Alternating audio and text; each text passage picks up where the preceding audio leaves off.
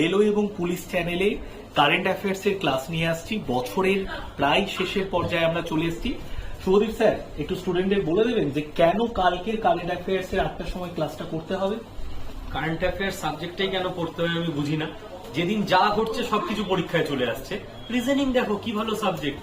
যাই হোক, সামনে অনেকগুলো পরীক্ষা, পিএসসি ইন্ডিকেটিভ নোটিশ দিয়েছে, রেল আছে, এসএসসি আছে।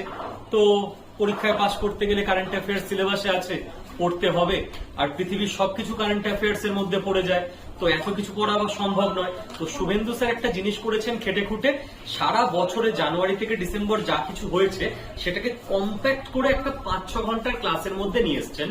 তো কালকে রাত 8টায় তোমরা যদি ক্লাসে চলে আসো কারেন্ট অ্যাফেয়ার্স এর, একটা ক্লাসের মধ্যে সারা বছরের ইম্পর্টেন্ট ঘটনা পরীক্ষায় যেগুলো আসতে চলেছে বা আসতে পারে কভার হয়ে যাবে। আর কালকে কিন্তু কারেন্ট অ্যাফেয়ার্স এর বইটাও আসছে, তোমরা কিন্তু বইটাও অবশ্যই পারচেস করে নিও।